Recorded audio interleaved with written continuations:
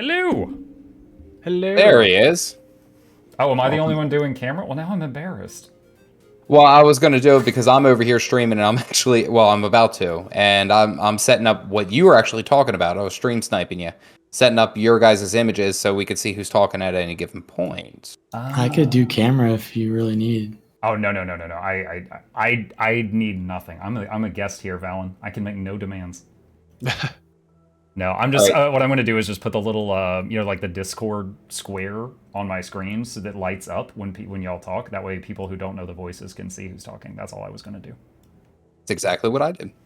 Cool.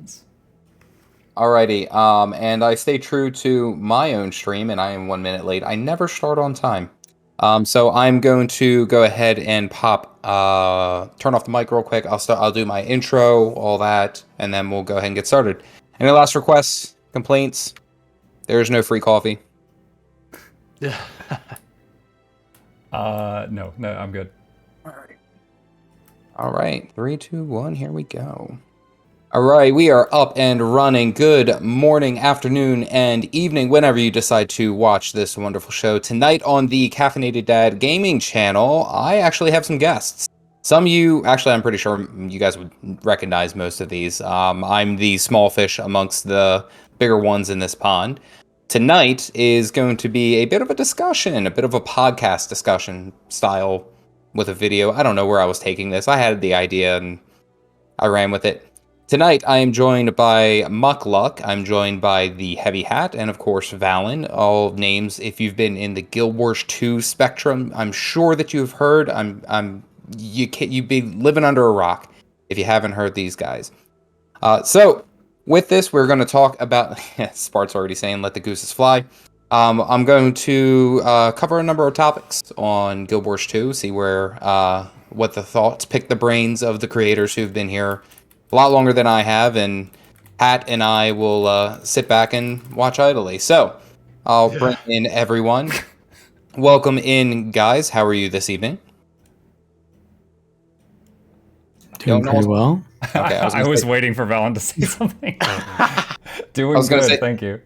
Don't all speak at once. Everyone's like, "Oh man, is this the kind of crap that we talk about?"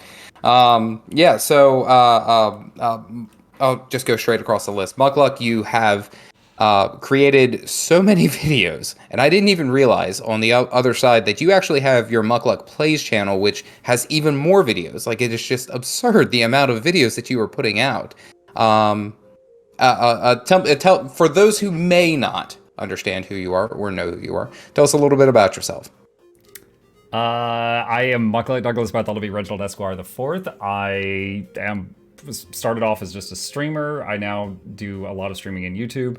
I'm lucky enough that I found enough success with this that I've been able to do it full time.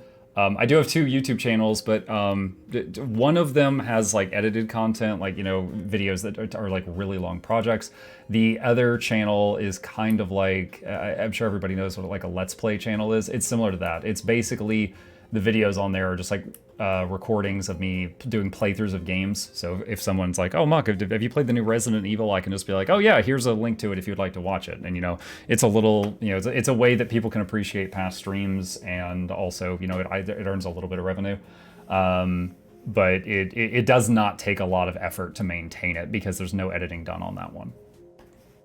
Very good, very good. Yeah.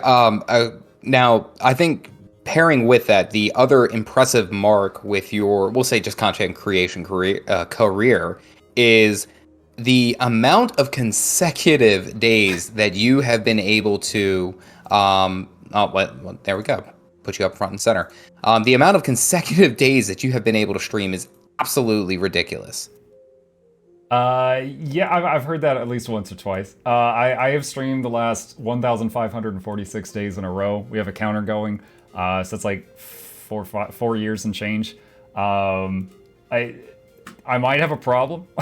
I have a very addictive personality. I found something I like doing. It was streaming. I've done it every day. There was a couple of days where we were panicking. There was one day recently where my power was out, so I did like a 30-minute stream from my phone before the battery died, and I was just screaming, "It still counts, it still counts," the whole time.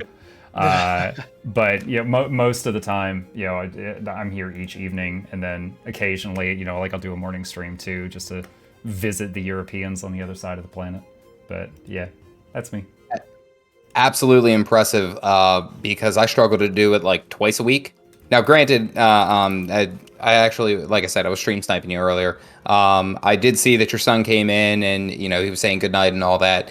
Of course, the Caffeinated Dad isn't just we'll say, like a fun play. It is legitimate. I have 3 kids under the age of 5, so hence the late start time. Usually 9 o'clock is where I can safely say that they are asleep and actually do something. So I can respect that, one dad to the other. I do want to move over and talk to Heavy Hat, who I'm sure you guys have seen in some way, shape, or form. Hat, how are you this evening? Doing good, man. Yeah, honestly, nothing exciting, nothing really bad, so I'm doing all right. Hat has been making a number of, it's almost like meme content. Let me put it that way. What made you want to get started here in Guild Wars 2? I got it in there. There we go. Honestly, so I started doing video editing for my real job, boring real life stuff, and I ended up realizing, hey, you know what? As much as I love teaching, my work agents and everything how to take phone calls and whatnot, like I would more like to take this skill and talent that I have and put it towards something I enjoy, like video games. And so I started making a YouTube channel about like playthroughs and stuff. And then the Guild Wars 2 video, the first one I ever made was it was like Guild Wars 2 is the awesome MMO that nobody knows about or nobody cares about or something like that. Because I had just started replaying Guild Wars 2 after a few years. And I decided to make that video in the same type of style that I make a lot of my work videos, where I'm actually in it versus just a voiceover. And it blew up, and I was like, okay, well, I guess I kind of found my medium of how I wanted to do this. I mean, hey, like I'm actually somewhat on the same boat as you. Just kind of finding out the way to make videos, and then Guild Wars 2, the community just sucked us right up. Like I played on and off, and very similar to you. Now, I've noticed that your skits, by the way, have gotten a lot better in production value. Let me put it that way.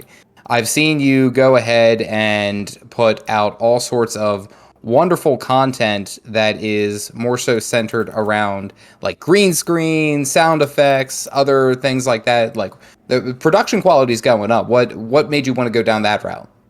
Honestly, it's more of just like challenging myself in video editing, because it is something I genuinely enjoy. As far as the green screen goes, I still don't have one. I need to buy one. My birthday's coming up, so I think I'll just use that as an excuse to buy myself a green screen. Then it won't be as choppy. But realistically, it's not even just like, oh my gosh, I had all these different ideas. It's just, hey, I wanted to challenge myself to do something a little bit more in depth. And I don't know, I think the community deserves it. So The community does very well. And lastly, I want to sneak over to Valen. Valen, are you still there lurking in the shadows playing a thief? Yes, sir. Welcome in, bud. I'm glad that we could connect and get you here.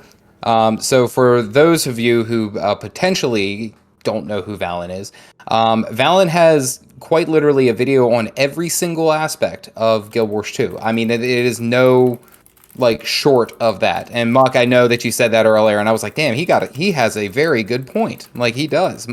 Valen, how did you get into Guild Wars 2? What happened there? What sucked you in? I was a Guild Wars 1 player, so I was ready when Guild Wars 2 betas came out. I was playing that a lot, but how I got into content creation was, I think in college I had to do like a documentary, and it was about like music, and my teacher was like, wow, you have a really good voice. You should like do National Geographic. And at the time I was like, maybe they just give me a compliment, but that actually turned out to be kind of true, that I was pretty good at, commentating and stuff. And I eventually got into doing Let's Plays and making content for Guild Wars 2. So yeah, most of my content is, commentating on stuff and, guide type content where it's long form. I like how you said, it turned out to be true that I do indeed have an amazing voice. Yeah, my voice is like sweet audible chocolate to all of I you. mean, yeah. Low-key played it off like a champ. Like there was no hiding that. I do really want a National Geographic documentary of like World v. World now, though, from you. Oh, the Ranger stocks at spring. I'll have to do like one of those lore videos on like a specific, like the Karka or the Kirin. There you Like go. go through the entire history of like an entire species. I don't know. My chat says David Attenborough is shaking.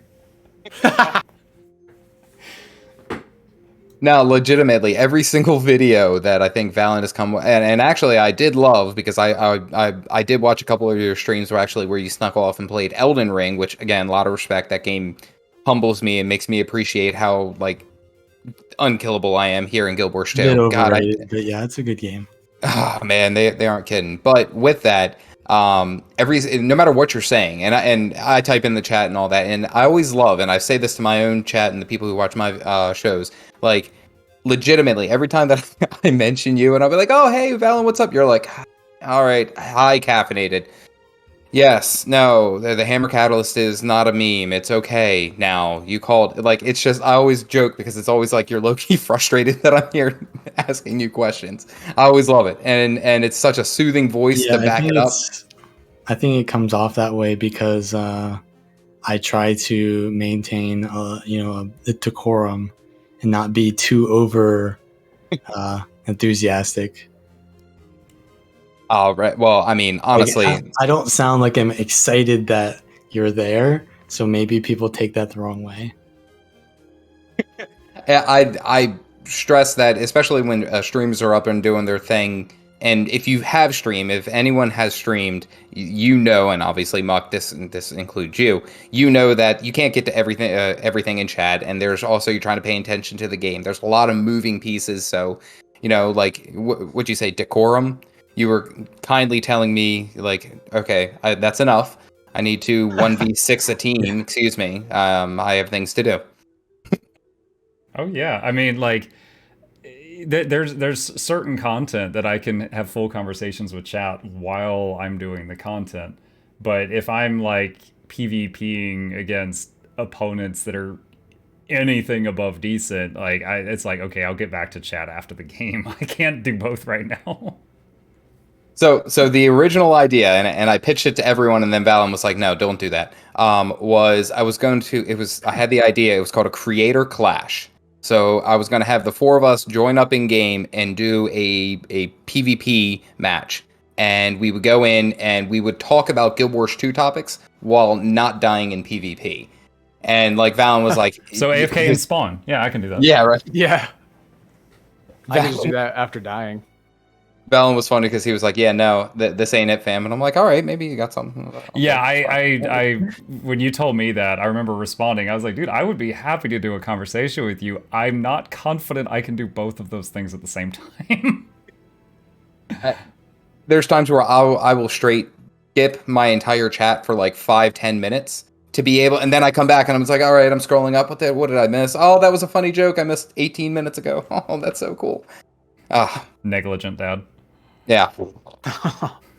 Hey, the kids are asleep. That's all I care about. I'm trying to present a fun show for everyone, and in the lacking of dad jokes is never there. Muck, I'm actually surprised that you don't have a few under your belt ready to fire, holstered on your hips. What, negligent dad jokes? I'm always ready. Negligent dad. Oh well, you joined a podcast with me. There you go. The thing is, like, you need your chat to kind of like make your own content. Like, you just need them to be like really creative people, and then you just repeat what they say. Oh yeah, it's like when you see like That's a good like joke 90%. on Twitter and it's got like 50 updates, and you just retweet it and you're like, "It's so me," and you get 100 updates. You're just like that guy in school that just like repeated the joke a little louder. One person hates you, but everyone else loves you. All right, Hat, write that one down. That's a good one. We got to learn from these guys. All right, come on, pick it up, buddy. Steal. I got it. No, it's not stealing. It's creative freedom is what it is. It's transformative art. Ooh, I like that. Yeah, it's inspiration. Inspiration. You actually have to say that nowadays. You actually have to say it's like a creative transformation. Getting back to obviously why we're here. We all create content around Guild Wars 2. And I'm coming up on 1 year of solid content creation for it. Hat, how long have you been making content for Guild Wars 2? For Guild Wars, I actually just hit my 1 year mark on YouTube the other day, so probably 8 months, I'd guess, something like that. All right, very good. Val and Amok, you guys have been here since the start. You guys were former ArenaNet partner or former ArenaNet employees. There we go. That's what I meant to say. What? There was so many things wrong with that sentence. Trying to push the envelope that you understand pushed the envelope off a cliff. All right, that's fair. That's fair. So there are some ANET partners that became employees, but just for the impressionable chat, I am not one. Pretty sure Valen's never been one. I've been a content creator for 3 years. Valen, any follow-up? Any rebuttal against these accusations? Definitely not an ArenaNet employee. I am an ArenaNet partner. Okay. Not to be confused. Not to be confused. Now, Roy, who also has a sultry, seductive voice like Valen, a common misconception confusing them. Roy just recently became an employee there and was a partner for a long time. Can't say I've seen that confusion yet, but I can see it. So you guys are saying you're It's obvious from the outside looking in.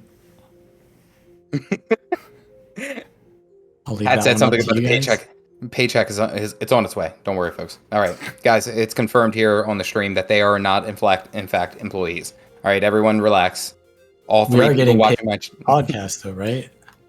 Yeah, I'm looking. All right, we're gonna cut to a commercial.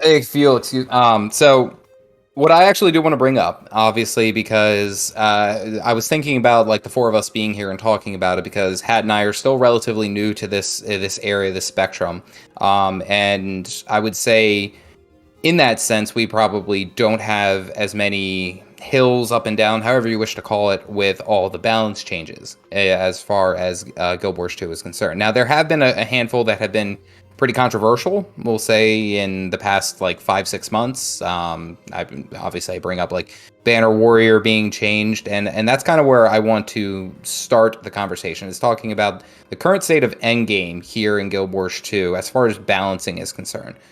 Initially, what are your thoughts on the most recent changes? Specifically speaking about like the updates for the older professions, or basically the Heart of Thorns professions and the core professions.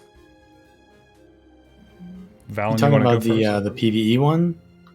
PvE only? We'll talk about PvE, and then that we of course do have to talk PvP. Most of my audience is PvP anyway, so go ahead.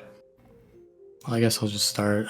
They recently did the huge like PvE buff, and apparently a lot of people like this change, which is just, in my opinion, needless power creep. But the boss is not going to complain on the forums about you using overpowered stuff.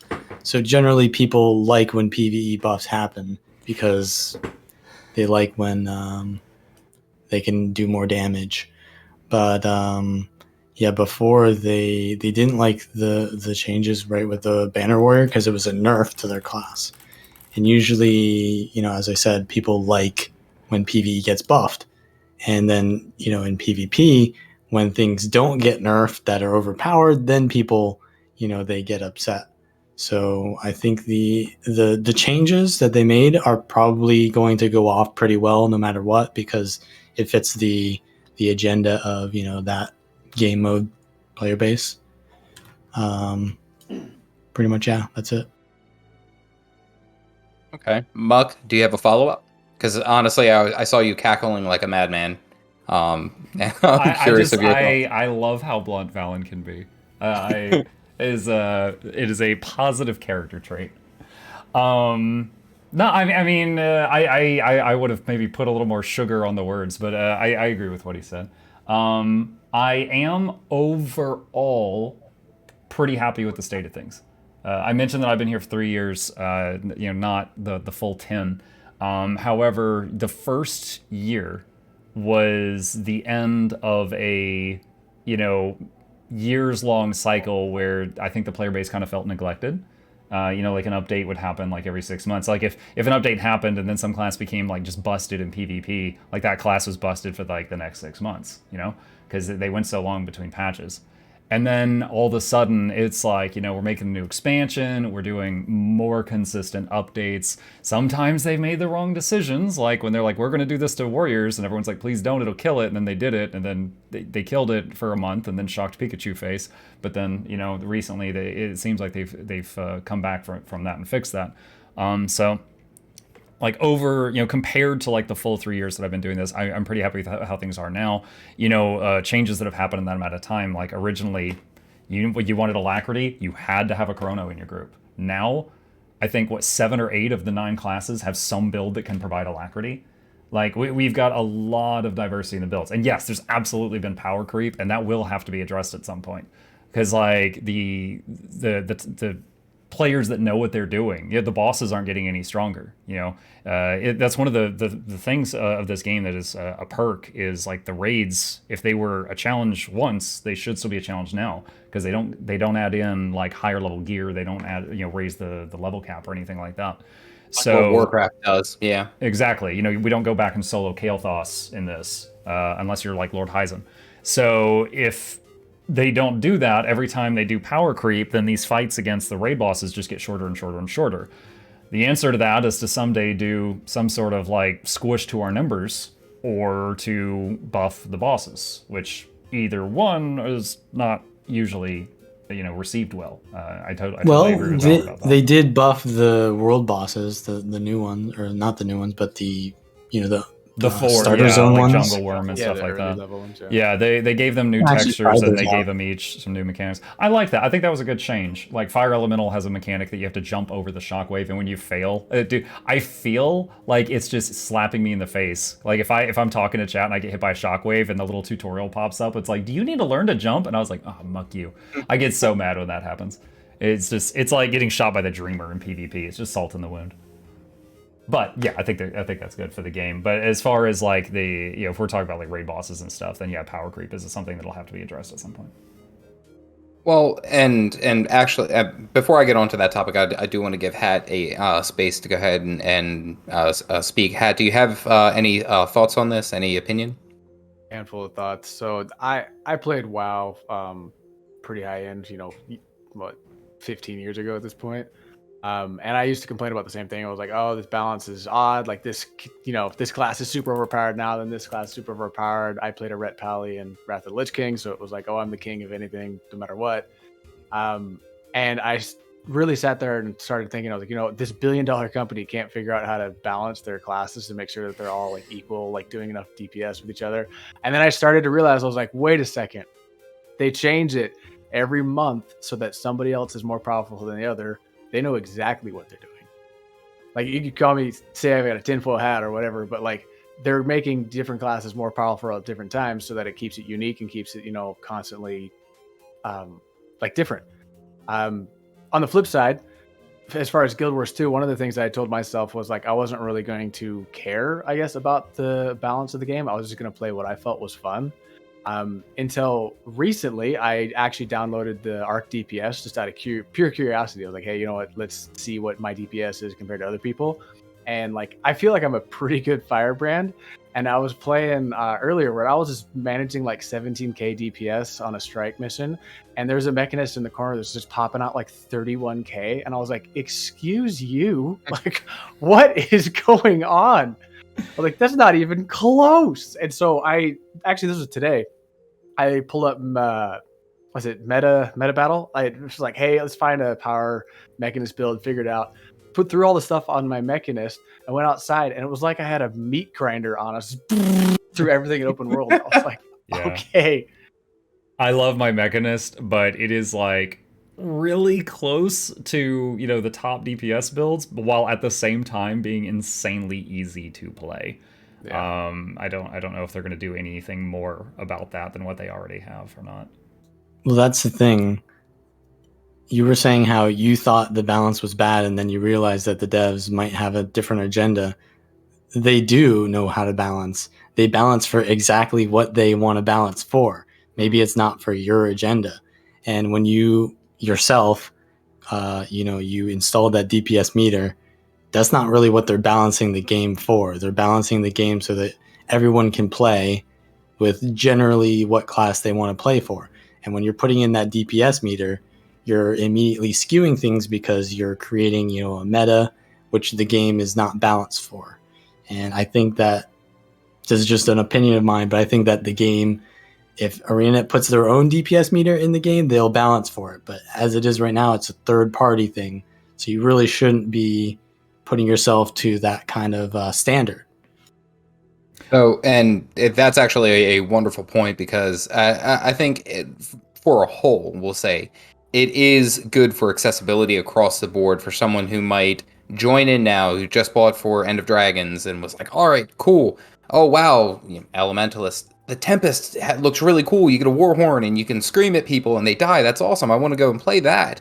And it's like, well, you're kind of pigeonholed with what you were doing. And that's one thing that I've expressed I love about Guild Wars 2 is that, and capitalizing on your thought, I can go and play basically whatever I want in open world. I don't have to follow a certain meta. Now, of course, in every game, there's going to be a meta of things that do well and things that don't do well. And it's kind of like you pick your poison. If you want to play this thing, it's balanced this way. And Valen had an amazing point on the idea of it not always being to your agenda. And I'll be honest with you, I didn't even know about Arc DPS until probably like 4 or 5 months of like steady play into the game. And I didn't know that it didn't. Now, obviously, I came from a WoW background, so of course we had, DPS meters. I had SCADA, and that was mine.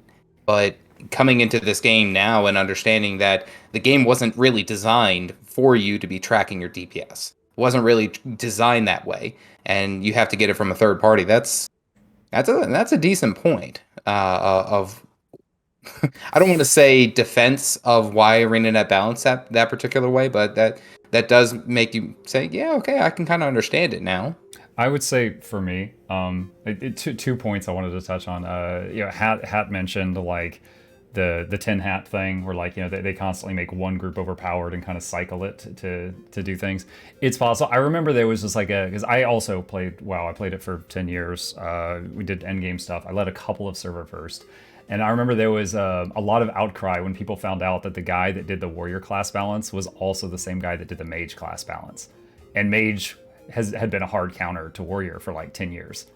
And there was, oh my God, the warriors. They were rioting on the forums when they found that out. Wait, are you talking like what era? Was that like Burning Crusade or Wrath? Because I think what era like, doesn't mage all encompassing.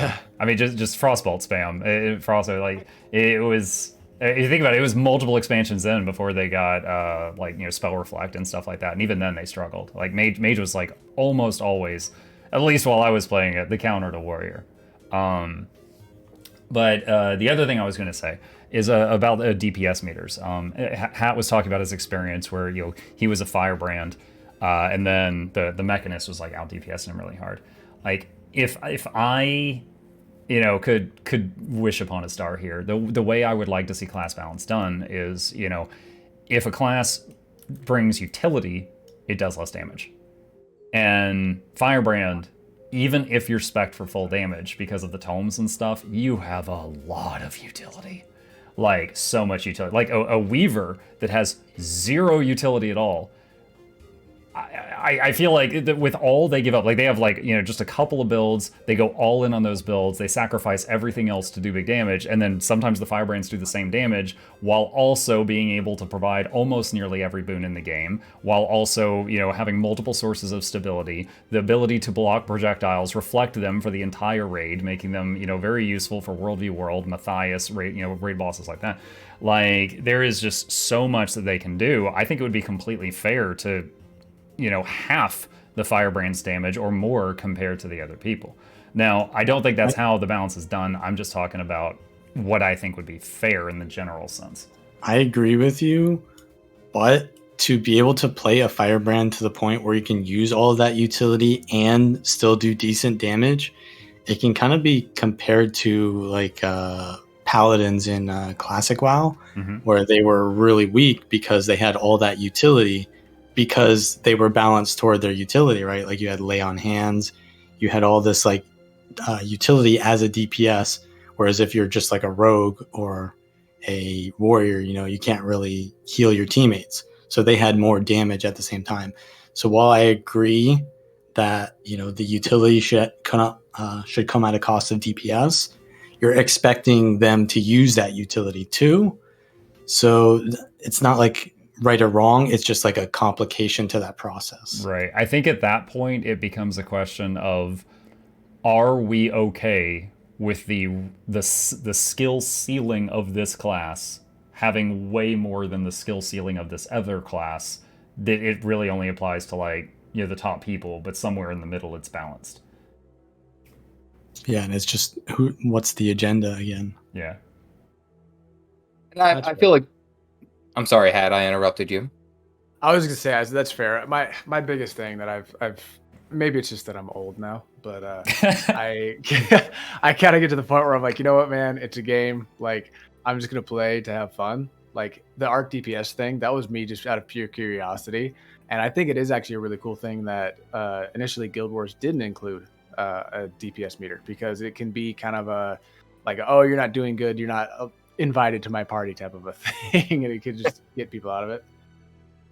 And I feel like that also kind of leans on into what type of game Guild Wars 2 I've always had the opinion of, and that is in that sense that when someone joins the game and they start playing, it's this wonderful open game that you can basically go and do whatever you want. And out of those particular things that you can do, of course, endgame is like the high tier rating. Now, granted, I haven't been drugged to any raiding yet, but from what I've talked to, or the people that I've talked to who've run raid trainings, I mean, you can mostly muster through it with like exotic gear and certain things, but you also have to keep in mind that, like for these like challenge modes and things that go into these higher tiers, there is a kind of like cadence. There is a specific group composition that makes everything significantly easier. And I mean, we saw that, of course, in WoW back when certain classes were much stronger or overpowered at any given point. I mean, what's it held? Destruction Warlocks, I think, in Wrath were like untouchable for like the longest time. I mean, you see this across a lot of games, and I think as much crap as ArenaNet has been really given, and I give them crap just because I don't know, I kind of think I'm funny. I think I am. I don't know, but I know that they're trying. I know that they're trying their best, and I know that they're doing what they can given the business model that they have and the resources that they do. So I don't know necessarily if we can harp on them too much about endgame balance. Well, truth be told, too, I mean, think of the amount of builds you can create in this game. It's astronomical. So to sit there and say, oh, we're going to balance all of that, like that's an impossible task.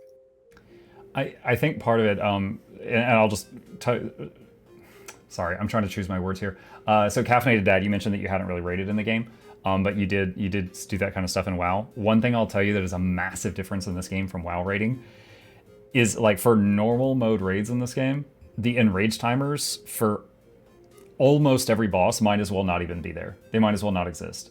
It would, like, I've had raids where, like I'll be taking newbies, 5 people die, and the other 5 of us continue fighting for another 10 to 15 minutes and kill the boss. Like, the enrage timers are like a non-issue. So, like, let's say, just for now, I'm not saying you should do this. I'm just saying that this is a possible thing. If you take a build off of like Snow Crows, and you're not that good at it, and you're pushing out like half the damage that it says, you're still going to absolutely annihilate the boss if everybody can pull off half of their expected damage. Now, I mean, could you do a lot better than that? Absolutely, you could. But if if everyone in your group is pulling like 10k or more, you're going to annihilate most of the normal mode raid bosses. Again, I'm saying normal mode, but I'm saying 10k or more. And then Snow Crows has builds that do 40 to 50. So it's at that point you're making the boss skip phases. Like Gorseval, one of the raid bosses in Wing 1, you can make him jump through phase transitions so quickly. There's this whole phase with like gliding and stuff. You can completely skip it if everyone's doing more than like 10 to 15k. Completely skip the phase. And interesting. That just wasn't a thing in WoW. WoW, you were constantly fighting in rage timers. So in this game, it kind of allows you to not push the boundaries of damage and get away with that for years. Okay, so it seems like it has more of an emphasis on survival, mechanics play, and then just being able to, honestly, just if it, in that scenario where half the raid team dies, and then it's just the 5 of you just hanging on and doing what you need to, it's just... Yeah, it's absolutely if you do the mechanics right, unless your damage is just absolute dirt, you've won. And then once you get to some of the top challenge mode raid fights and also the new challenge mode strike missions, then all of a sudden damage matters, like to the extent that it mattered in WoW Mythic raiding for just those few encounters. See, now I really do want to get in there, and I want to start. I got to hit my buddy Astral Legend. He does raid trainings on Saturdays, and he's always asking me. He's like, "You got to come. Just come to one. Take the content, make a video. That's fine. But just try it. Just try it." And well, this might be my interest. I do want to move on. We do have another topic that actually popped up not too long ago.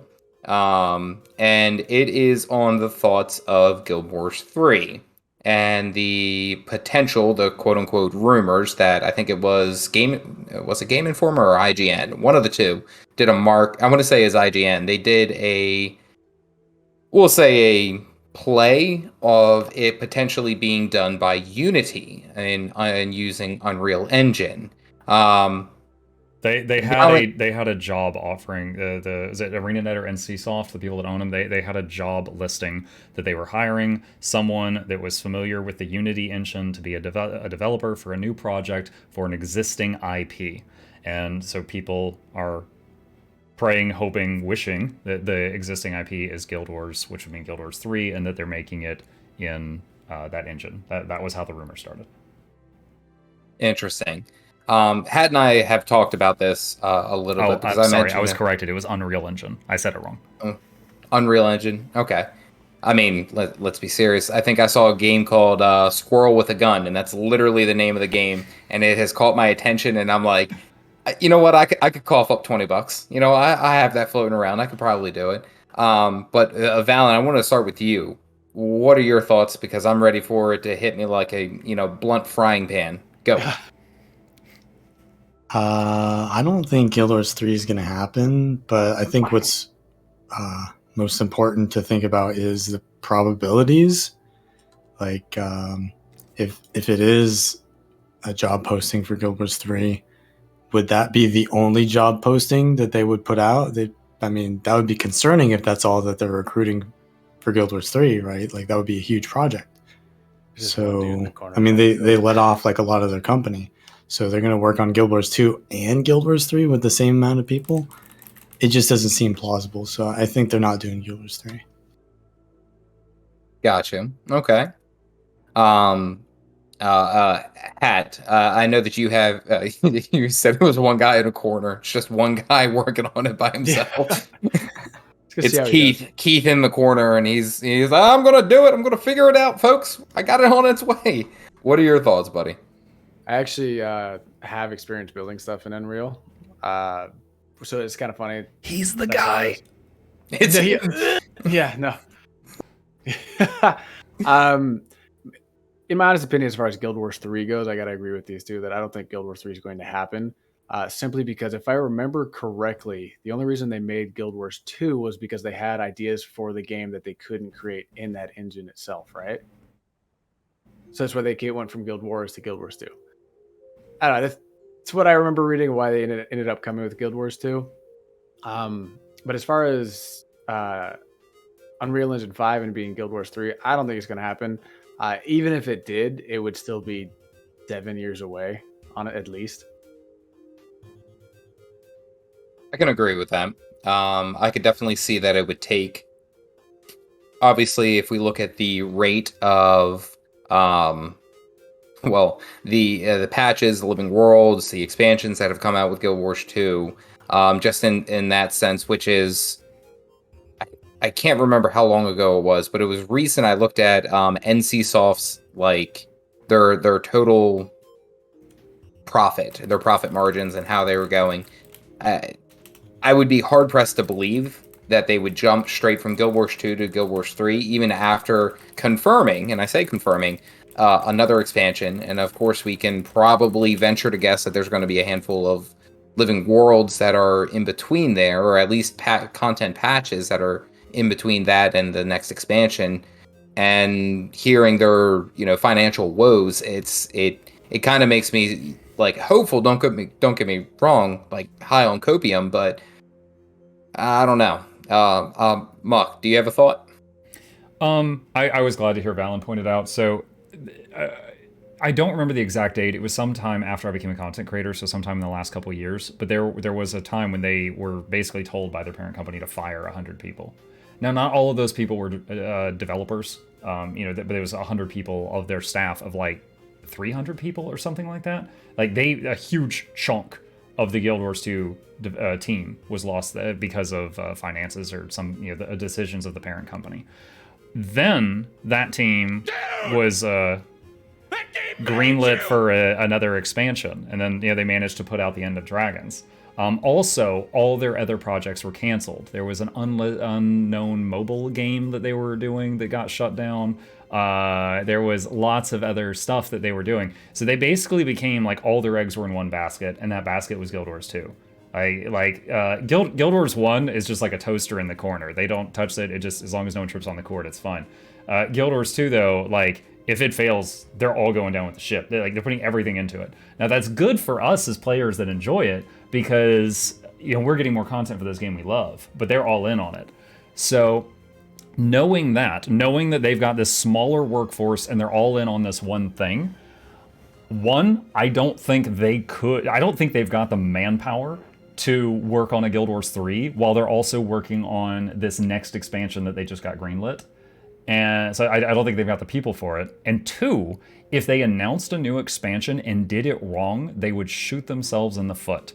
I remember when EverQuest 2 was announced, EverQuest 1 immediately lost millions of subscribers because people were like, oh, well, why are we playing this one? Like, is our progress even going to matter? Because like the next one, the sequel's coming out soon, right? And they just left. Like the games, because they did a monthly subscription fee, the game just lost millions of players overnight because people just thought that their progress didn't matter anymore. So if they announce a sequel and they did it wrong, they would take a massive blow. So that I also think about that a lot with the whole EQ2 launch. Now, from Guild Wars 1 to 2, they ended up doing the Hall of Monuments, where certain achievements in Guild Wars 1 gave you goodies in Guild Wars 2, which I think kind of softened the blow. But again, they're all in right now, and if they did it wrong, it would be bad. It would honestly, I think you have a great point, because that would be essentially the end of like whatever cash they were drawing in, whatever finances they were drawing in. I mean, you're going to have people just drop off. Now, not to mention, Guild Wars 1 with, you said it was a toaster. Keith is operating that toaster. That's also under his job umbrella. But the idea of a Guild Wars 3 potentially swinging in, and because that's actually a wonderful point, and it's a thought that I actually had, is like, how much time and effort would if I put into this game? I put like another 1,000 or 1,000 hours into this game, and then it's like, and then tomorrow it's like, oh, okay, well, the cool new one is coming out. And it's like, well, what about my time? My value as a player, it just went completely out the window if there isn't any type of like residual value that's being drawn across these games. Now, that's a fantastic point. It's going to be a hard sell, and that's also kind of like, I think NCSoft is doing Throne of Liberty or Throne in Liberty. Is that the game? Recently was just announced. Anyone correct me on that? Chat? I've heard of it, but I don't know anything about it. I'm not familiar. I don't know. I've seen a handful of videos of it, and it's under the MMO. Is it Thrones and Liberty? It might be Thrones and Liberty. Chat and says it was something related to Lineage 3. Lineage 3, which is of course their other established IP. With NCSoft, but I don't know if that particular, we'll say that particular article that was hinting at maybe a Guild Wars 3 or a spot there. Right. But to clarify, NCSoft has other titles. ArenaNet, which is under NCSoft right now, I think only has Guild Wars 2, I believe. It's it's going to be interesting, to say the least. And also, we're looking down the line, obviously with Unity, and that's going to be a big undertaking. I want to be optimistic. I do. And because I love the game. The game's fun. And like, I still consider myself a casual. Being able to log in and play anytime that I want, it's fantastic. But it's always something that kind of sits on the back of my head. What's going to happen here in the future? And the chat saying Throne and Liberty maybe was delayed. I don't know. Maybe. Any final thoughts before we move on to our next point? Maybe this is a potential topic, but like how people overhype things, maybe. How like they always say, oh, if Guild Wars 3 comes back, or if Guild Wars 3 comes out, I'll come back to the Guild Wars franchise. But in reality, they won't, probably, because they don't know whether that's actually going to be a better game than Guild Wars 2. I think people, they don't realize what they have while they have it. It's kind of like that, always the grass is greener in the other MMO. And they kind of like overhype things because they're just like hype beasts. Like, and perhaps Guild Wars 2 could just use more hype, and that's all it needs, and then it's a good game.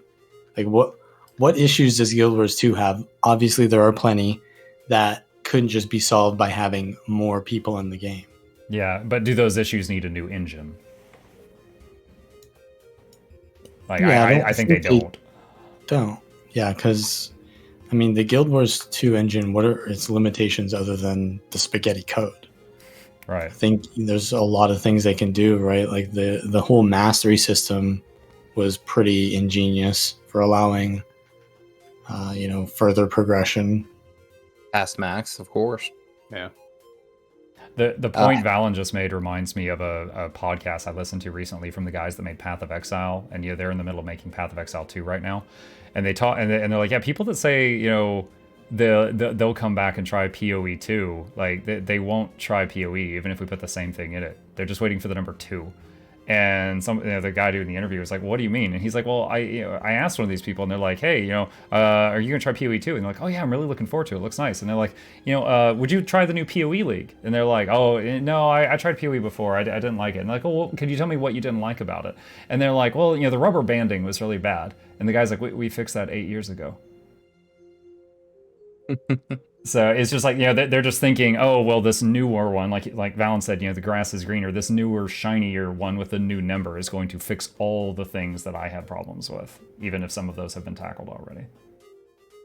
And actually, I do want to hark actually to Hat's video that actually just came out, yesterday, which you were talking about like the top 10 MMOs and their active player bases.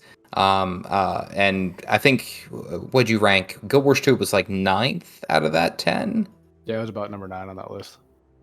And I mean, and I did want to actually circle back to Valen's point, specifically on hype factor.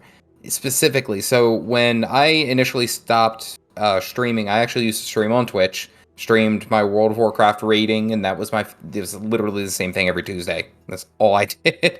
And I stepped away, and that's when, Blizzard came out. Blizzard are the bad guys, and, there's bad people there. All this up and down, all that hype and stuff. I specifically remember that there was this mass exodus straight to Final Fantasy. Why?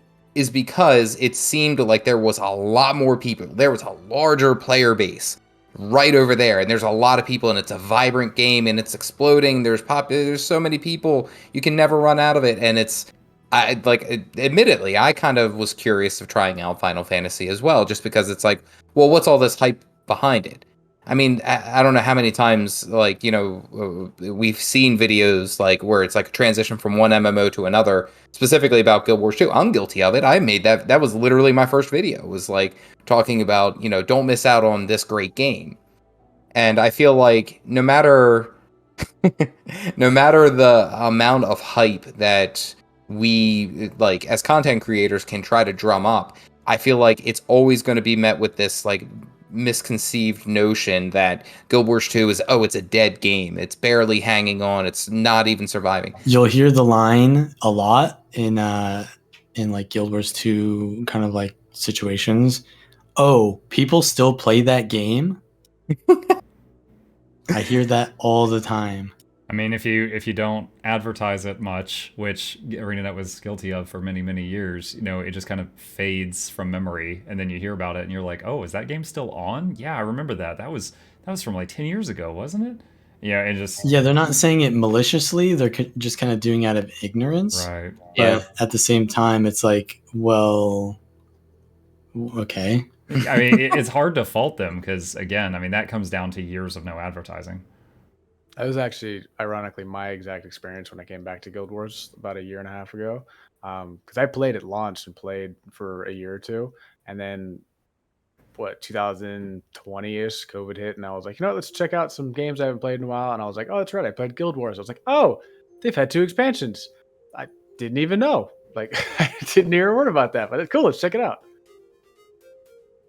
It's a tough one to get right, specifically given their type of, we'll say, their income model. Obviously, with like the in-game gem store and the expansions and the game itself, just buy once, play forever.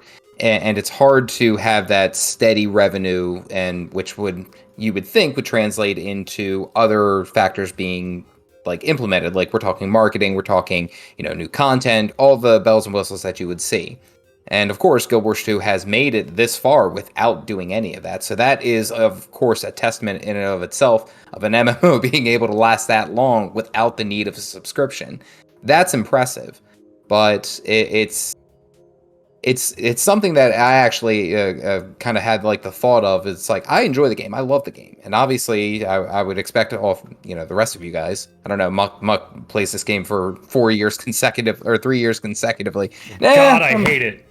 Strong mixed feelings about it. No, it's and Valen, I know you and I have talked about it a number of times when I've pestered you on your stream. You can't block me. I have too many accounts.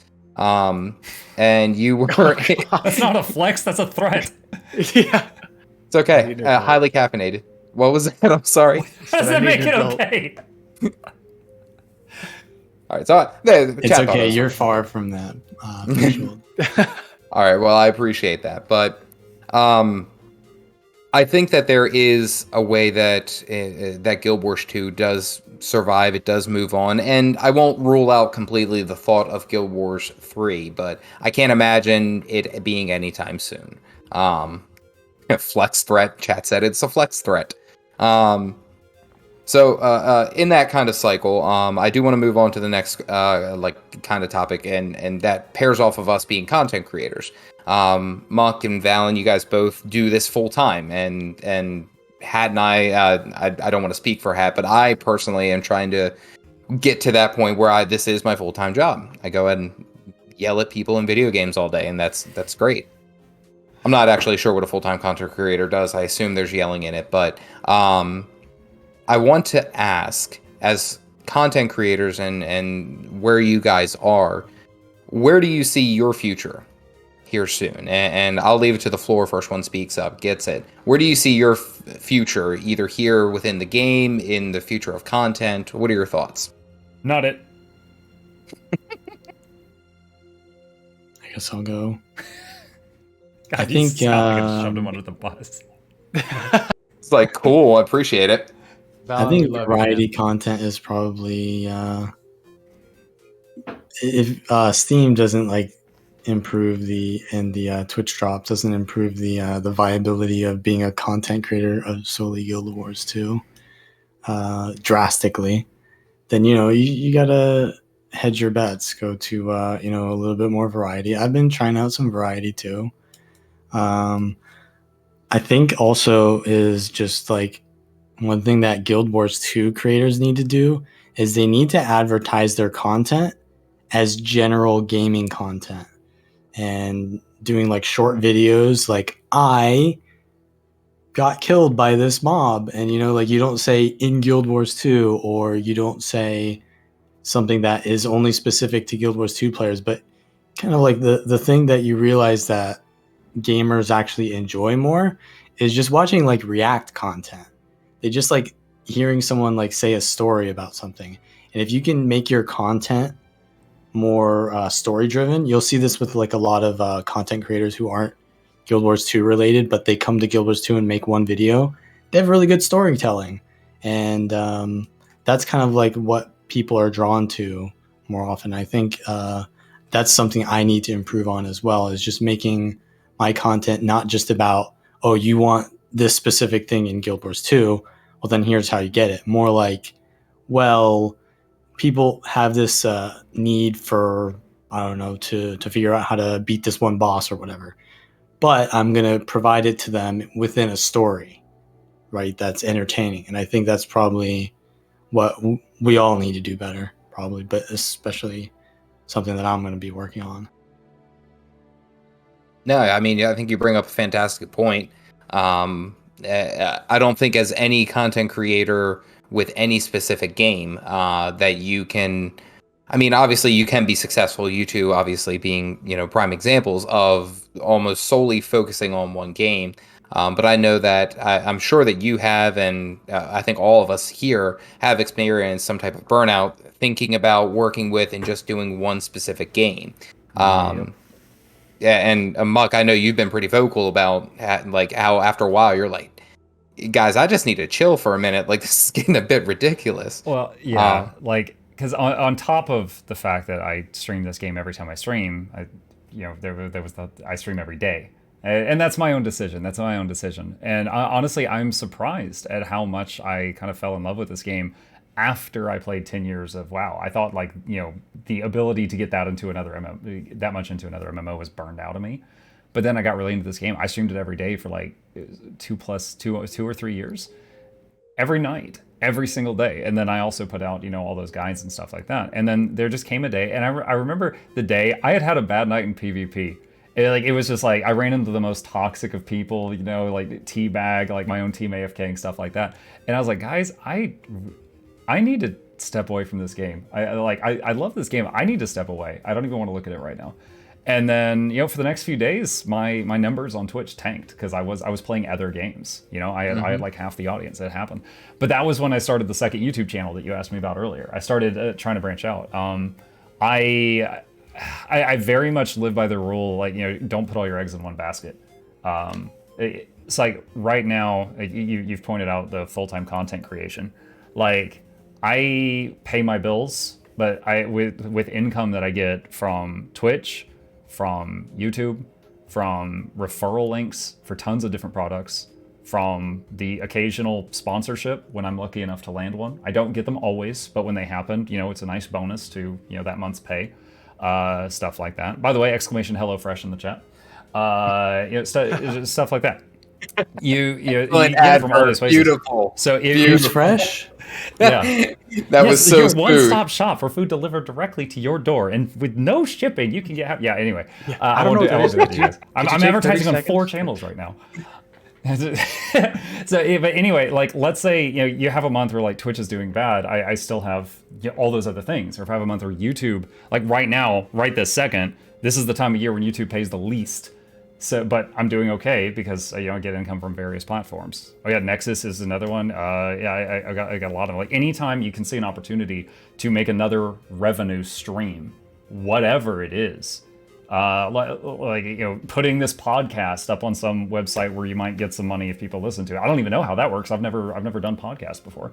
Anchor FM. Yeah, so anything like that you can capitalize on, even if it just starts off bringing in just like a few bucks a month, it could grow, right?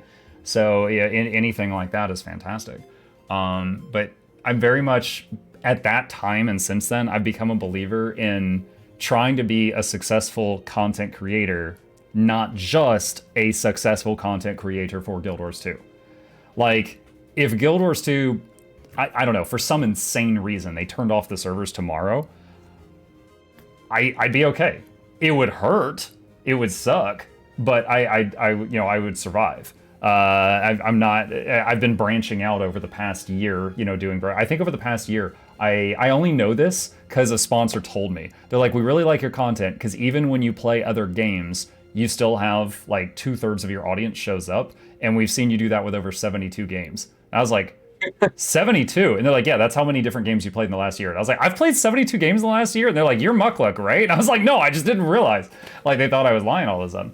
But It's like they were tracking you every time. It's like, oh yeah, absolutely. Yeah, they they just go into hackthisguystats.com and they pull that stuff up before they even get on the phone with you. But it's very important to have something to fall back. If you think of like every successful major streamer, they got big off one game, and then they were able to do whatever they wanted. You know, like Asmongold got big off of WoW. Now he could go fail in Dark Souls for 12 hours. He's still gonna have thousands of viewers. Like, okay, he was on earlier. He had 12K viewers, and he was just chatting. Just him talking. I mean, that to me is one of the highest compliments, is when people still want to show up and watch me when I'm playing something other than Guild Wars 2. Like, I still love Guild Wars 2, but I've got lots of other games that I've been enjoying at the same time. I think the term you guys are all getting at is branding. Yeah. Also true. Also true. All right, Hat, I kick it over to you. Let's hear it. Go. I'm kind of the odd one out in this situation, I guess, simply because I do work 50 hours a week on my normal job and have like my own career and everything, which I felt like I've been pretty successful in. I haven't made a dime from YouTube at all, and that's all I've done. It's literally just been for fun. I'm one of those guys who just kind of says, you know what, I'm going to make my money at my work, and then I'm going to have fun afterwards. And so, like, video editing is something I've been really, really passionate about. I've really enjoyed it. Would I like to do this as a full-time thing? You know, if it really blew up or something and I really was able to survive off of it, then absolutely. Then it's way more fun than my normal job. I'll just be honest with that. But acting like an idiot on the camera and, like, jump cutting constantly, like, that's amazing. But as of right now, like, I really do mean it. Like, I haven't made a dime. So, like, that's not what it's like. Yeah. It was like that for my first year. The first year I was doing it, I worked tech support all day, and then I streamed like 2 or 3 hours at night and occasionally made videos. And I wasn't making anything. It was just for fun. And then I was like, you know, if it blows up, that'd be sweet. But if it doesn't, you know, it's a hobby. And in my case, I got lucky. Oh, that's fair. Well, thanks, guys. I appreciate that. And that's kind of where I'm at right now, where I'm like, it is a hobby. Like, I don't know. I guess I could put a lot more energy into it if I wanted to. Like, I could drop $2,000 on a green screen, or not $2,000, $200 on a green screen behind me. Yeah, really high end Kevlar. But I don't know. At the end of the day, it's just what I do is I'll play a video game. It doesn't even have to be Guild Wars 2, and I'll just have an idea of something funny, and then I'll be like, "That'd be a funny video," like. And then I just go and make it, and that's really it. And so, like, I wish I had a schedule as regimented as you guys, where I was as dedicated, but it's really not. Like, I work and I have my family. Mine's more of an addiction. No, they're fair. Yeah, well, you know. I mean, if you want this to be, I don't recommend doing exactly what I do to anybody.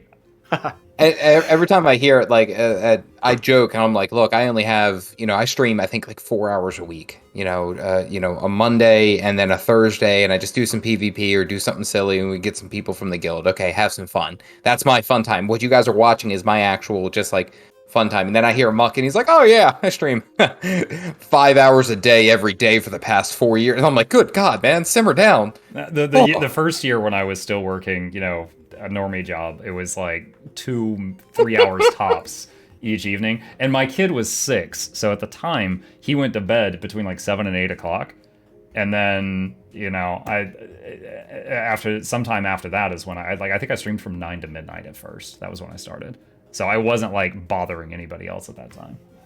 I mean, that's the whole reason I drug you guys out this late at night, for this particular reason. Right. And, like, I mean, Hat the other day, him and I, we did that collab PvP video, and we were supposed to meet, like, I think it was at, like, 9 o'clock, and I made you wait until, like, 10:30 because my 2-year-old, who is just an angry ball of me, decided that she wanted to stay up, and she's yelling and screaming, and I'm messaging him. He's like, no, it's fine, it's cool. And it's like, no, seriously, I need help. Please send help. Well, I guess fortunate for me, I don't know. I think you're on the East Coast. I'm in Midwest, so it's, you know, super late for you, and it's still okay for me. Fair enough. I want to tag on that point because you guys all hit on very specific things. Like, Valen, I know you kind of just tossed it in there at the end, but branding is something that I have leaned into hard in the past like 2 or 3 months. Like trying to put that logo, that hat said my logo looked like a steaming pile of crap, which I didn't think of it until I actually looked at it. I was like, oh, okay, you know, I mean, I didn't say it until you said it, so but okay. There's a whole video. My sister actually pulled me aside. She was very supportive, and then she was like, you know, like, I really love your stuff. You're having fun. You're doing great, but your logo looks like a turd. And I was like, what do you mean? She goes, no, look at it. And I was like, I'm looking at it. I look at it every day. I love my logo. She goes, no, it looks like poo. And now I can't go anywhere. She goes, the poop gaming channel. Anyway. I understand your guys' point. Wow. No one's ever gonna let that die. That's not a story you tell on stream. Now everyone's gonna know you as that. Is the poop logo? Hey, you know what? No, the poop gaming channel. The poop gaming channel. Like, yeah, I talked to Caffeinated Dad. Who? Poop gaming? Oh yeah, okay. What did Poop say? His video was great. Did you see it? Oh, look, Poop Gaming. Oh, that's not his name, huh? This is how you make it. The Poop Gaming. Caffeinated poo. Hey, you should play Cult of the Lamb. There's poop in that game. Is there really? Yeah. I haven't. I saw like a bunch of people on Twitter talking about that, and I don't know. I've been disconnected. Anyway, long going off on a tangent. Damn it. But Valen has a wonderful point, leaning into the branding, and then Monk, I actually love your point because it's kind of actually how I view like any type of like investing or stocks. You never throw all of your money into one specific thing. You know, like you might really like, you know, Bill Gates and Microsoft. Don't throw, you know, $100 if that's all you got right in there. Spread it out a little. And that's kind of a wonderful point to other content creators who may actually be watching here, is that diversify, get out there, try a bunch of different things. And rounding it out, had actually, you spoke to it because you make videos and content on things that you actually enjoy. Go figure. You want to, because if you make a video on things that it's just, you feel obligated to do, then it becomes like, it's almost like work. Like, I don't want to, you know, at the end of the day, working my real job, working 50 hours a week, and then go and sit down and work some more on something that I'm not enthused about, you know? Yeah. Oh, that's actually why I quit WoW way back in the days, because I would get off work and then I'd go sit down at WoW, and the guild I was in was, you know, like top 25 US. We got to remain that. And I was like, oh, gosh. And so it was just like, you have to play 4 hours a night. You have to farm all this crap. And so, like, I realized once it wasn't fun, I was like, this is a game. Like, I'm not enjoying it. I'm working now, but I'm not even being paid. So you're paying them. That's how bad it is. I've been there at our nerd peak. We were streaming, or it's not streaming. Oh god, we were raiding, trying to get server first. So we were doing 16 raid hours per week. It was four hours a day, 4 days a week, and I didn't have a kid at the time. It was like a part-time job. Now at the time I loved it, but I have no desire to do that again. No. I'm so far out of it. And we kind of touched on it. I do want to move along for at least the viewers. I mean, we could sit here and chat about, you know, the old days. God, I sound like I'm like an aging dad. No, I guess that's on brand. You know, Dad's talking about his old games again. You'll be the poop grandpa soon. Poop grandpa. We're trying to keep this PG because I'm trying to be respectful of everyone's audience. There's a couple of colorful words that I'll put to it, and I'll just say Poop Grandpa, and that'll be the brand name. Put it on there. Mark it. The other games that you guys get into, Muck, you mentioned Cult of the Lamb. Valen has played Elden Ring. I saw your video on it. I loved it because I felt very similar the same way. It's just like getting slapped around. Hat, I'll start off with you. Oh, everyone found the poop logo. Okay, we have a poop emoji now. Hat, what other games are you trying out? What other games are you playing? Currently? Hmm? I've actually been giving Final Fantasy 14 a shot right now, just because I actually have some coworkers at work that play it and just talk how great it is. And I'm pushing myself through because I'm like, there's got to be more good about this. I like these guys at work and they all like this game. And the more I get into it, I'm like, the story's good, but the combat just reminds me of WoW, and it's just tab targeting. Everyone I've talked to about that game has told me it gets so much better later on. I did the first 10 hours and I had to put it down. It felt like I was just spamming Frostbolt on a mage 10 years ago. Okay, yeah, like 1 2 2 1 2 1. Yeah. Just running back and forth between fetch quest NPCs. Oh gosh, yeah, that's exactly where I'm at right now. I got to level Supposedly it is 17. amazing 100 hours and $100 in, but I didn't get there. Yeah, the on the flip side, outside of MMOs though, I'm a huge just RPG fan. So like Divinity Original Sin 2, Oh, yeah. fantastic game. That was the Red first Dead game I Redemption streamed. 2. Oh, no kidding. It's actually that was one of the first games I made a video about, just practicing video editing. Phenomenal game, everybody that's watching. If you haven't ever played Divinity 2 Original Sin, Baldur's Gate 3 is coming out Oh, next yeah. year. Mm-hmm. Already bought it. Stoked for that. But I've actually been playing a lot of Red Dead Redemption 2 when I'm not playing Guild Wars. So Fantastic. I know that there was a huge. I've actually viewed, again, slight stalkerish. I've watched a bunch of your videos on Red Dead, and I just you carry the commentating and essentially the way that you handle yourself in Guild Wars 2 videos. Like that was present right there in the Red Dead. That was fantastic. I just love to see that type of consistency. You just tried it in a different format, and it blew up. Way to go. I love it. I love seeing that. Valen, what about you? I know obviously Elden Ring is the game most recently, but do you have any other games that you've been kicking around? I was thinking of doing Baldur's Gate 3 content when that comes out. But as of right now, I haven't really decided. I think I wanted to try Mass Effect because I never played that, but great. I don't really know. I like to do RPGs. I don't really like to do multiple MMO RPGs at the same time. When I played Wrath of the Lich King in retail, I had like 5 alts that I would raid on, and that was painful. So Impressive. yeah, I don't want to do that again. Wow. Even when I was server firsting, I only played one dude, and that was taxing. Yeah, so I might go back to Divinity Original Sin because I never actually made a video on that. And I feel like it'd be cool because like sometimes people ask you, "Hey, what do you think of this game?" Or like, what other games do you play?" And then I have to like explain to them, "Oh yeah, I really like Divinity Original Sin," and then they have to go further and interrogate me. So like when people ask me about Elden Ring, I got a video. So maybe I'll go back and do like a video for Divinity, but then I gotta play it again. I played that game a lot, by the way, so it's hard for me to like create a more genuine experience of it. It's kind of like Guild Wars 2 for me at this point, Divinity, because I have so much experience just playing the game over and over, and like people will a lot of times they'll try to like backseat you, and I feel like when people try to backseat me in Guild Wars 2, it's like, do you know who I am? You don't have the authority to speak to me. I tried when I tried Elden Ring on my stream that first time, and I had about my average audience and about the average amount, but I had like 2 or 3 people in there, like, because I put in there, I'm obviously a noob in an Elden Ring game to Dark Souls as well, like this Souls-like game. I had like one guy, and he was just like, make that left, but the stream is delayed. So it's like he'll say, make that left. So I make, a right, and then I make a left. And then he'll be like, go down that hall. And it's like, well, I jumped off the cliff and then went down the hall. And then he was like, you're frustrating me. And I was like, dude, you can watch another channel. Like I'm trying to be respectful, but you're not helping.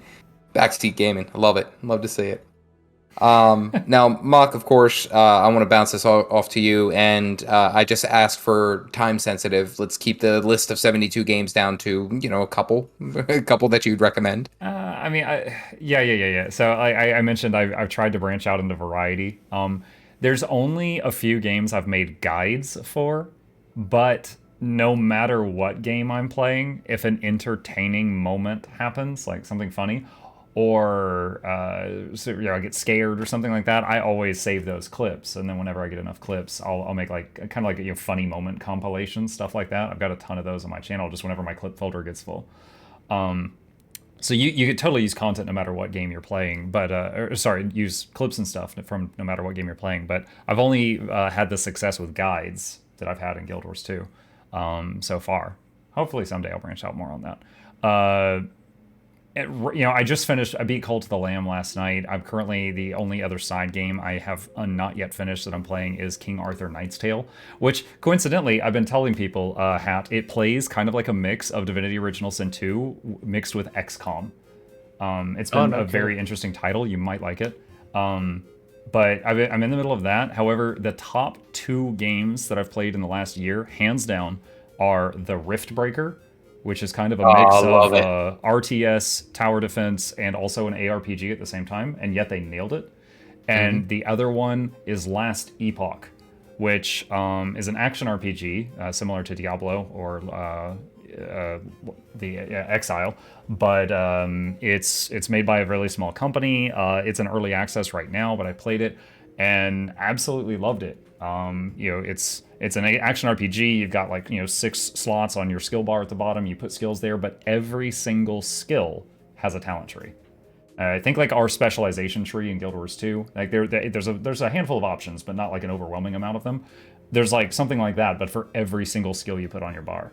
So the customization was very high, and I love me some customization.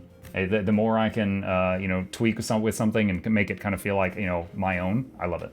So those are the top 2 I've played this year. It's funny too, is because even before I started making stuff, and I mentioned that on Twitter too, is because I talked about the Rift Breaker way back when I think it was before they even got into. I haven't kept up. Are they in beta or is the game full release? It's been in full release. They just released their first expansion, Metal Terror, very recently. Okay, all right. I want to say it was about a little over a year ago. They had it was just like the kind of like taste, enjoy the game for like it was only a couple of missions or something like that. And I jokingly, obviously coming from the Blizzard background, I was like, it's a mix between like a game. It looked like it was going to be a mix of a game between like StarCraft 2 and like Diablo 3, and you just mash it together, except it's sci-fi and there's like Zerglings, but they're not Zerglings, and you're not wrong on any of that. It was like one of those games that I was before I got down into where I went. I was really watching. That game looks good, and also I don't know if it works on YouTube or not, but it has amazing Twitch integration. Like every couple of minutes, it'll pop up and ask chat to vote, and it'll be like, give him money, steal his money, make a comet hit him, but if he survives, there's resources in the rubble of the comet, do an earthquake, make the next attack bigger. And if they vote to make an attack bigger, imagine like 1,000 Zerglings come at your base, but every Zergling has the name of someone in chat above it. They love that crap. They'll be screaming stuff like, yeah, oh, Flu Girl took out his power plant. I'm like, dang it, Flu Girl. They eat it up. They love it. That right there is probably one of the next stages of gaming. That right there in and of itself, especially streaming and gaming. And it sounds like Riftbreaker has nailed it. It sounds like they've done a fantastic job. Personally, for me, I actually go a slightly different route. Of course, I tried Elden Ring not too long ago, but the game that I initially started making YouTube content for, and you can go watch my first like couple of videos, it's just me telling terrible dad jokes with no single, really good edited cut. It's like there's like a pause of about like 5 seconds of heavy breathing before I go into the next sentence. It's really bad.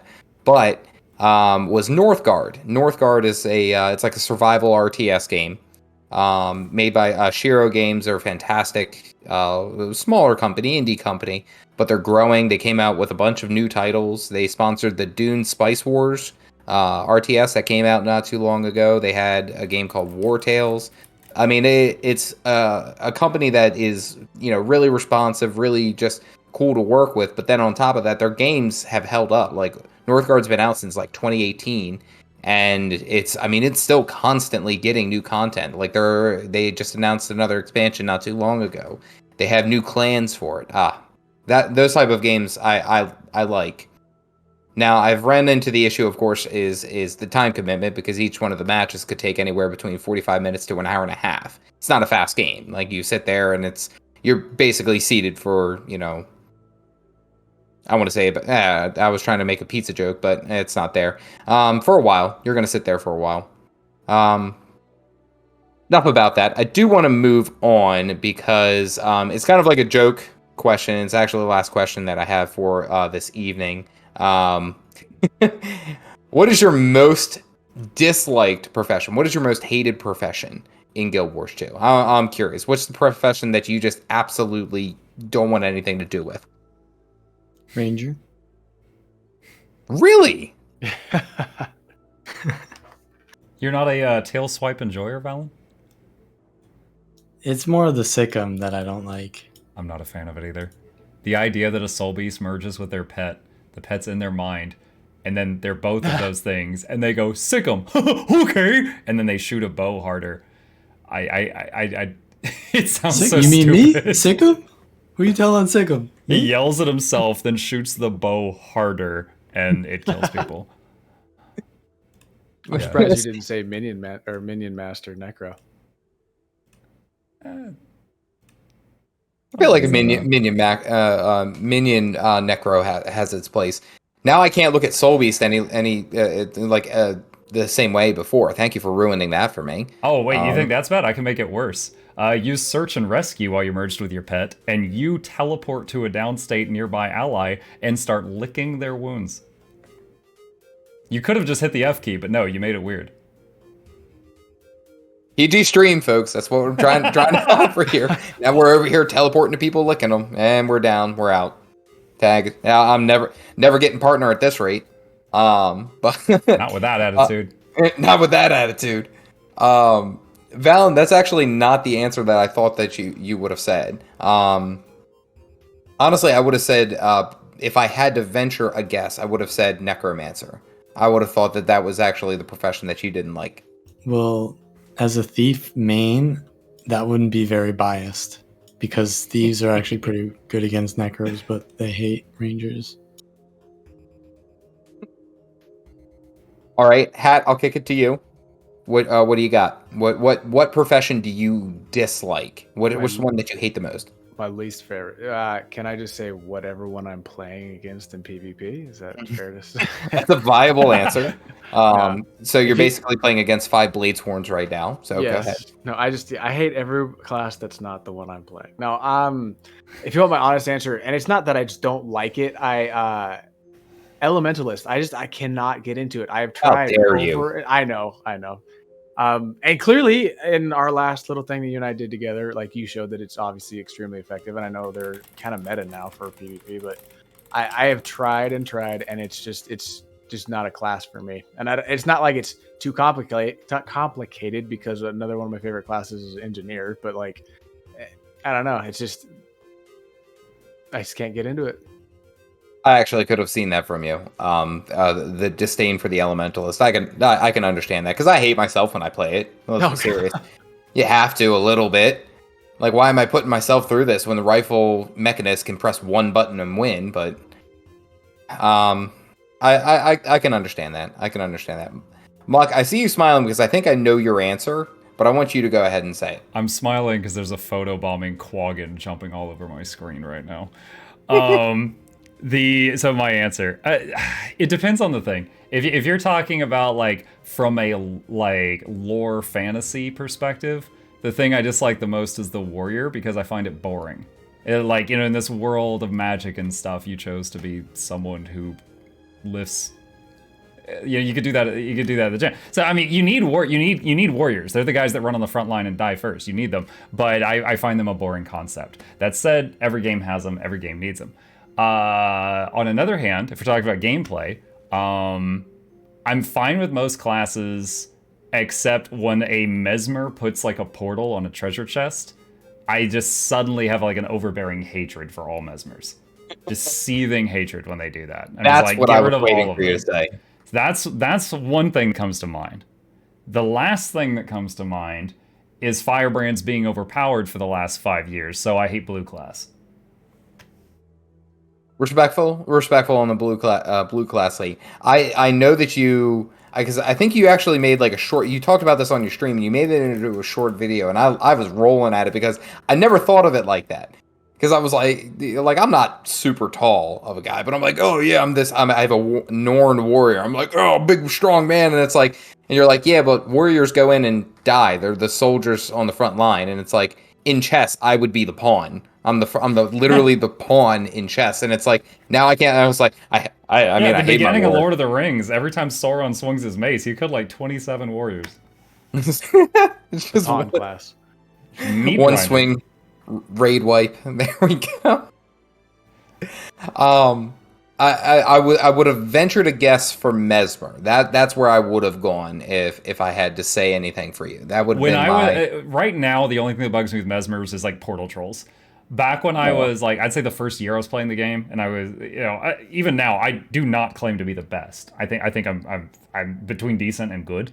But the first year I played the game, Mesmers, I vastly struggled with them in PvP, and it felt like let's say you took 2 warriors who were silver, in ranked PvP, and then one of them goes, "I'm going to try Mesmer," without having any idea of what he's doing. He's gold now. Because he slams some buttons, he makes some Naruto shadow clone noises. He doesn't even know which one of them he is, and the other guy dies, and they're both confused. Like, just low-level arena face rolling Mesmer is just God.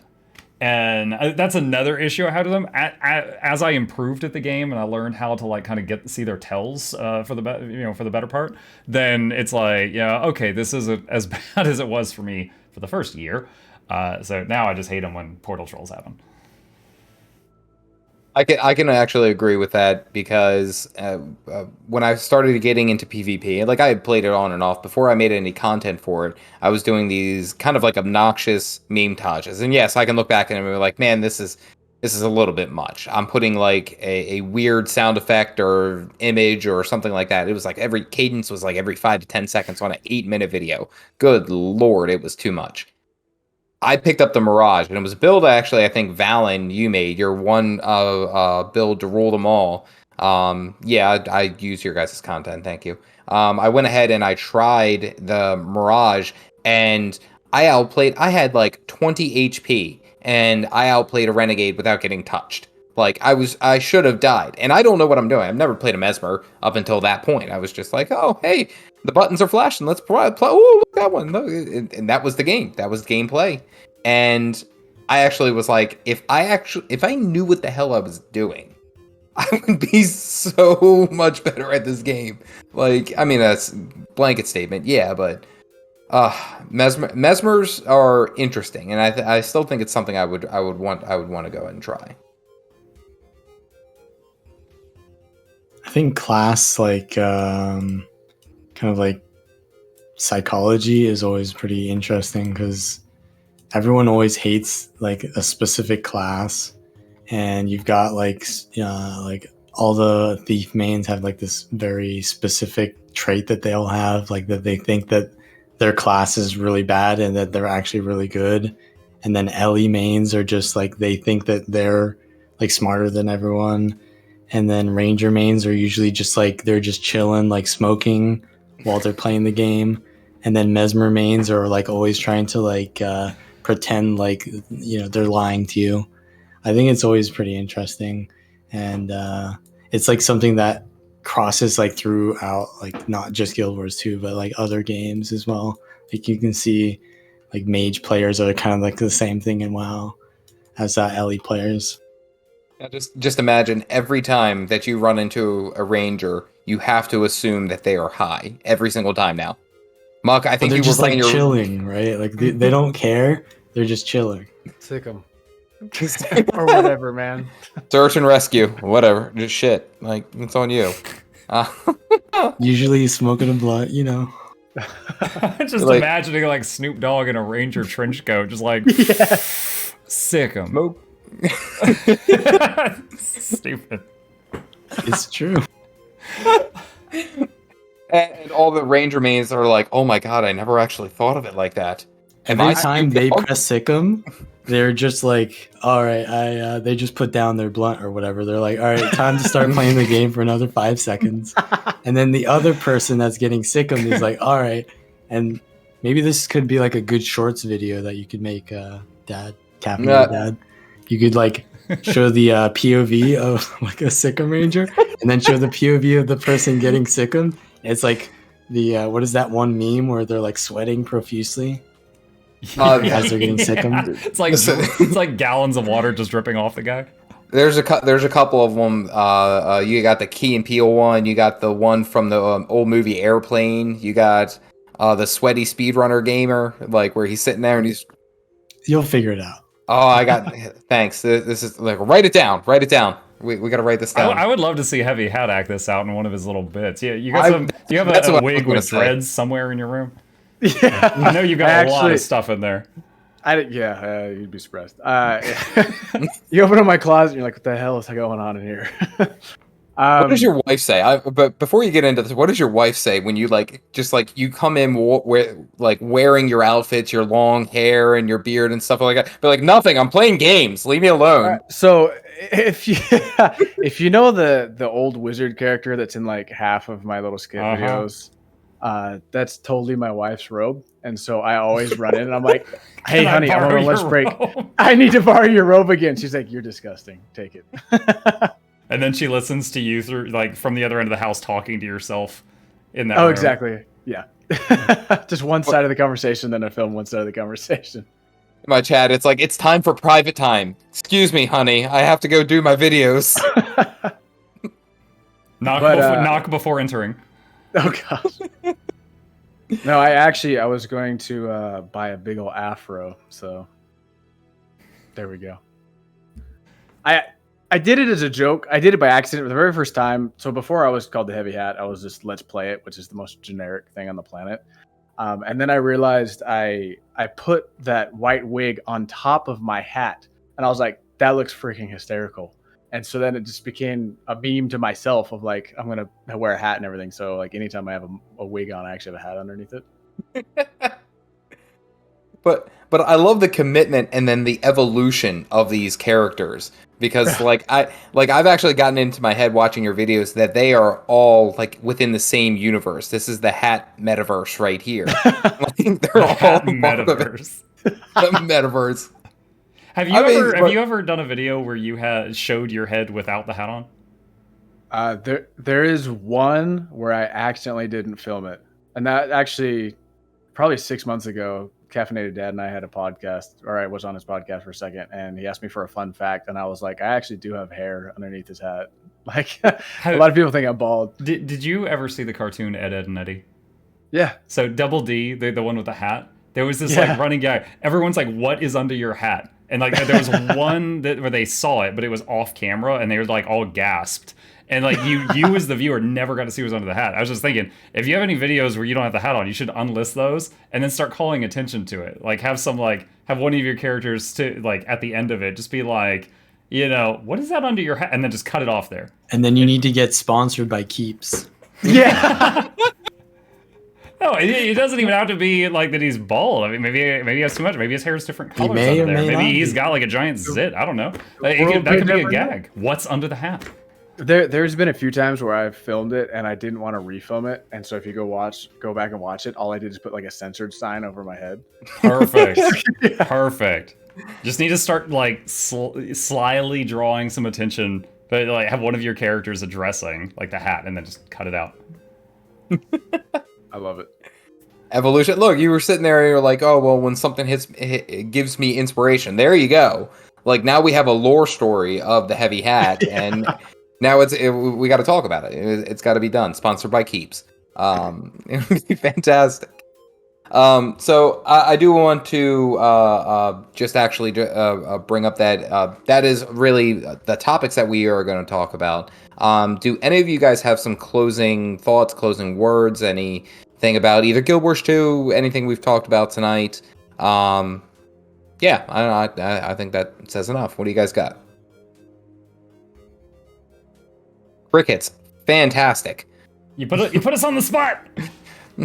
What did you expect? It's a podcast interview. This wasn't on the list of pre-approved questions. Calling my agent. I thank you for having us. Thank you for having me. I shouldn't have said us. I spoke for them. Valen might not be grateful. Thank you for having me. I appreciate that. I'm looking forward to the future. I do, as someone who plays the game a lot, we content creators that, see this for hundreds and thousands of hours, we occasionally have negative things to say.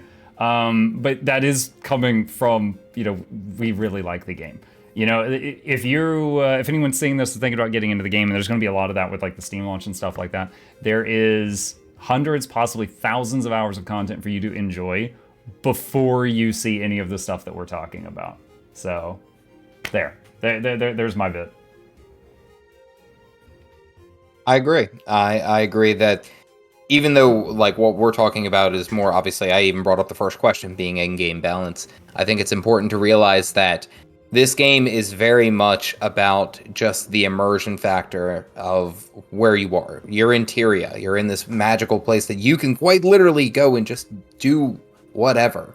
And you can be whatever. And it's kind of like, in some regards, your hands are held to a point with like the story missions and things like that. But hey, what's this? Something just popped up on my map. I'm gonna go run over and kill this thing, and it's like these dynamic, moving pieces in the game, and I feel like that's arguably one of the most underrated pieces of it. Is just this like, God, I'm gonna quote it, living world like that you can be a part of. He said the thing.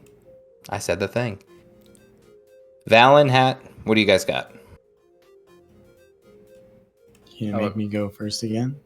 Okay, Hat first. You're second. All right. I'm trying to be respectful of your guys's, like, you guys came over to here after me begging you for months. Months. We can pick a number, see who goes first.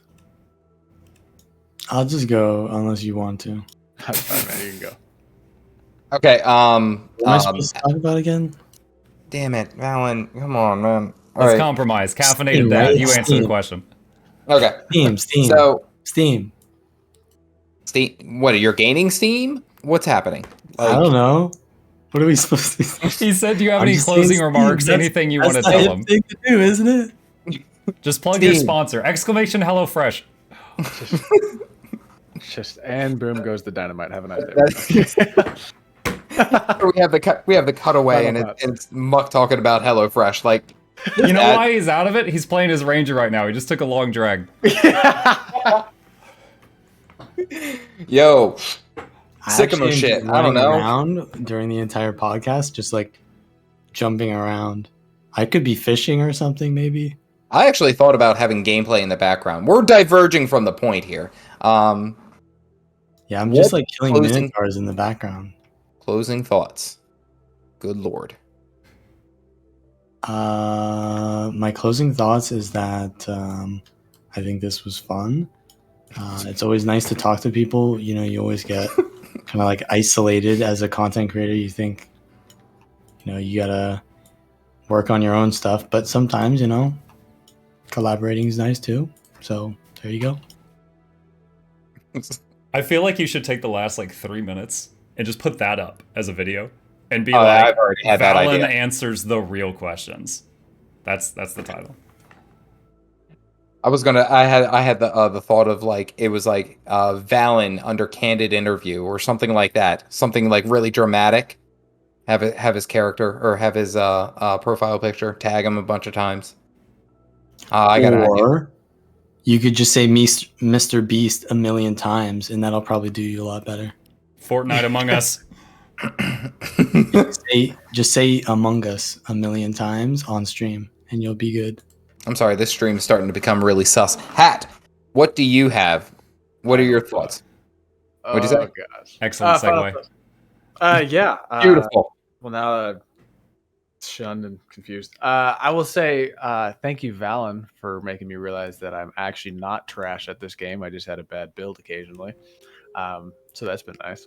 But final thoughts about Guild Wars 2. I saw a Reddit thread not too long ago where, I'll be honest, I didn't even read the thread. I was scrolling through and I saw the title, and it was Guild Wars 2 is my comfort game. And it kind of made me think, and I was like, I like that. It's really kind of cool because, like, I play a lot of different games. I know all of us play a lot of different games, but I find myself coming back to Guild Wars 2 a lot simply because, I've got a lot of time invested into it, but it's just so familiar and easy to jump into. So there are days where, I've had a rough day at work or whatever. I know I can, like, disconnect from real life and just play a fun game, and it's kind of my comfort game. Great point.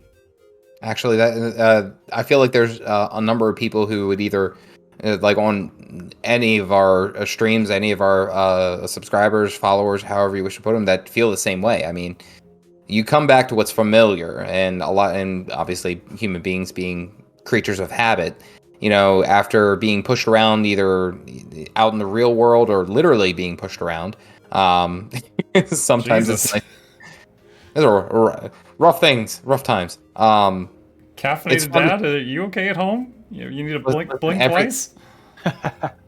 Everything is fine. I need my wife's robe. So I do think it's important that we realize that this game is, to some people, a lot more. And no, John, I have 3 daughters. I have 3. I'm viciously outnumbered. I think we have to understand that a lot of people play this game specifically for that factor of comfort. And that's I mean, heck, that's why I started playing. I got tired of just making all these random videos and stuff like that. And I was like, you know what? I've been playing a lot of, I was playing the blue class, the Forbidden Blue Firebrand. And I was like, this is fun. This, you know, just, I haven't played this game in, you know, like 2 years, but I can sit down and just enjoy it. And I don't have to think. I don't have to do. I don't know, mash a button, burn some people, and apparently smoke weed now. I didn't realize that. Thanks, Fallon. That's great. Burn some paper. Burn some paper. I'm learning so many new terms from you guys tonight.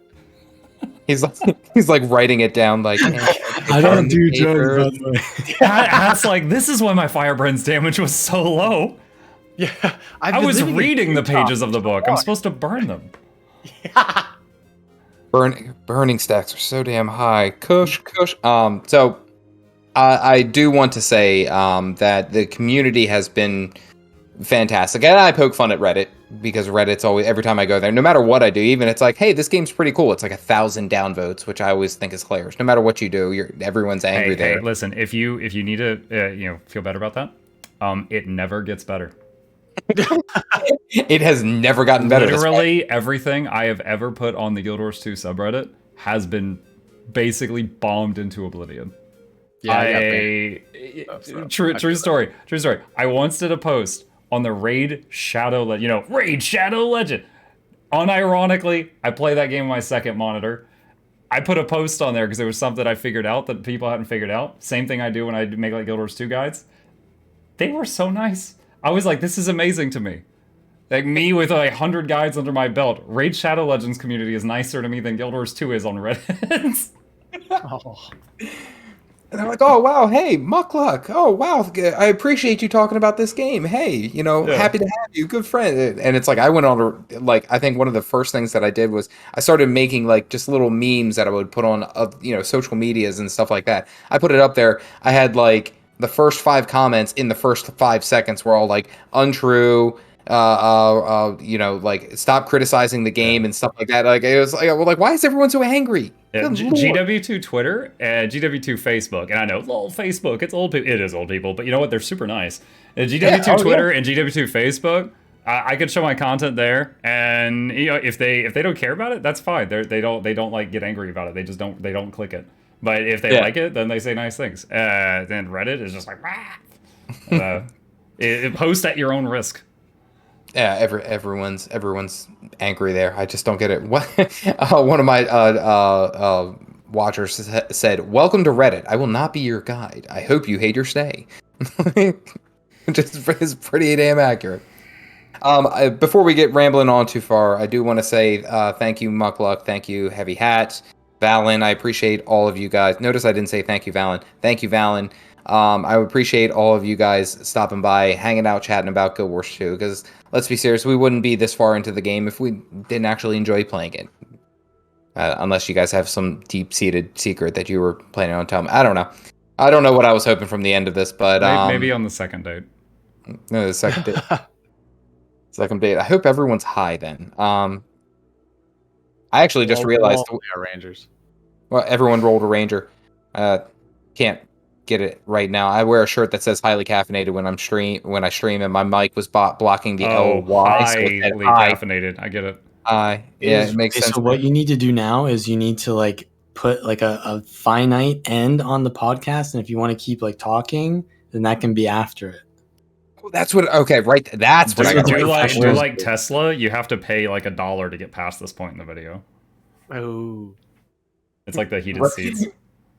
The heated seats. All right. So, thank you guys for coming. I do appreciate your time, and I appreciate you guys giving honest opinion and honest chat about the game. I want to thank all the people who have watched the stream. Certainly, there's going to be a couple videos coming out from this, at least on my end. I can't speak for everyone here, but again, thank you, gentlemen. I appreciate your time. Well, thank you. Yeah, of course. It was fun. No problem. All right, and I do want to say thank you to Chad. I appreciate you guys watching. Make sure you tune in next Monday. I think we're going to go try some more ranked matches. But aside from that, you have a wonderful evening, and I'll catch you guys later. Okay, they can't hear us anymore, right? Now we can talk about them? My stream is officially over, so you guys are good. Oh, dang. Okay. Muck, are you still streaming? Yeah, I'm live for another hour. Oh, good Lord. Like, I'm sitting here, I'm like, oh man, I gotta, kid's getting up at 5. Muck's like, let's do it. I got another hour in me. Oh, I mean, I don't claim that I'm living a healthy lifestyle, but yeah, I'm here for another hour.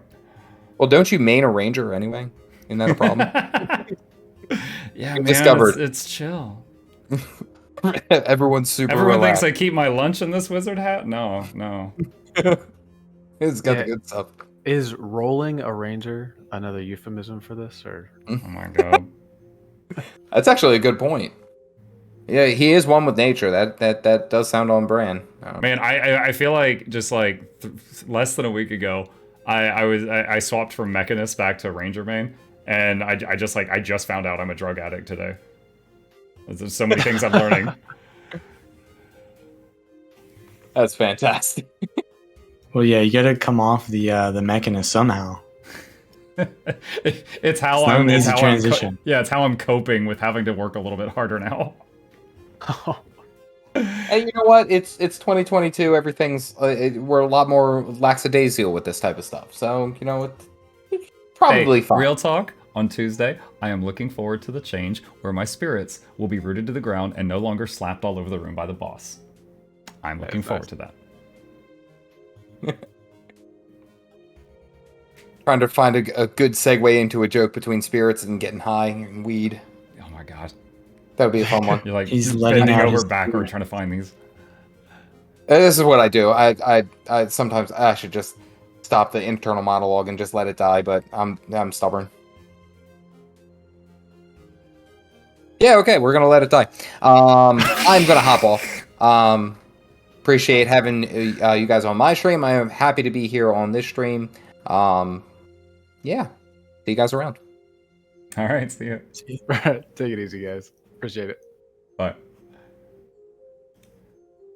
Okay.